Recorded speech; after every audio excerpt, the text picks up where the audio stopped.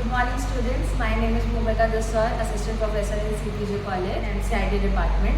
Today we will be studying about the topic Database Management System and in extension of Database Management System SQL queries क्या होती हैं, SQL क्या होता है, हम ये सब भी डिस्कस करेंगे इस वीडियो में. Database Management System, Database Management System हम लोग इसका एक्सटेंशन करते हैं, that is data, then other is base जो कि एक ही वर्ड है डेटाबेस, ये हमारा एक वर्ड है डेटाबेस. नेक्स्ट इज मैनेजमेंट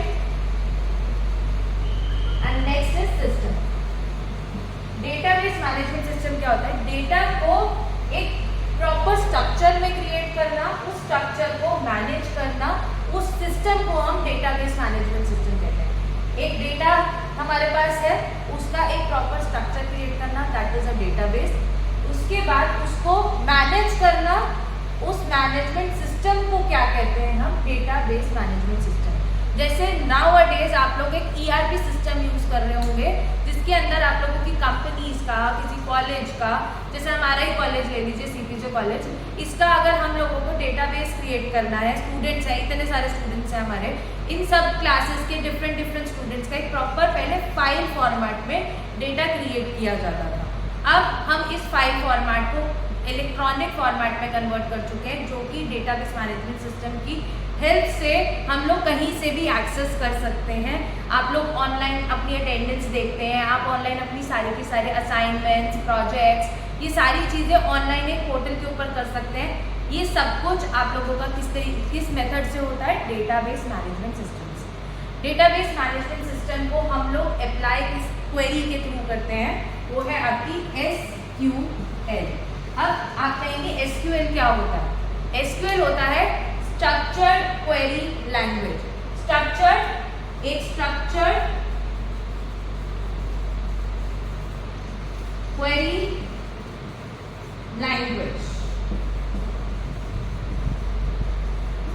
एक स्ट्रक्चर्ड क्वेरी लैंग्वेज क्या होती है आपकी? एक कोई स्ट्रक्चर क्रिएट करने के लिए पर्टिकुलर क्वेरी लिखी जाए, उस लैंग्वेज को कहते हैं स्ट्रक्चर्ड क्वेरी लैंग्वेज.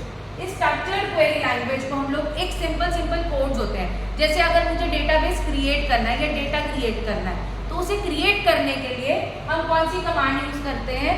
SQL. मुझे किसी डेटा की एंट्री करनी है. अब आप लोग सोच रहे हो इसका यूज कहाँ पर होता है? इसका यूज होता है आप लोगों की कोई भी आप वेबसाइट करते हैं, वेबसाइट बनाने के अंदर आप लोग क्वेरी फॉर्म्स डालते हैं. क्वेरी फॉर्म्स का सारा डेटा कहीं पे जाकर स्टोर होता है. वही जो एक डेटा स्टोरेज है, उस स्टोरेज को मैनेज करना, उस स्टोरेज को क्रिएट करना, ये सारा काम आपका क्वेरी लैंग्वेज के थ्रू होता है.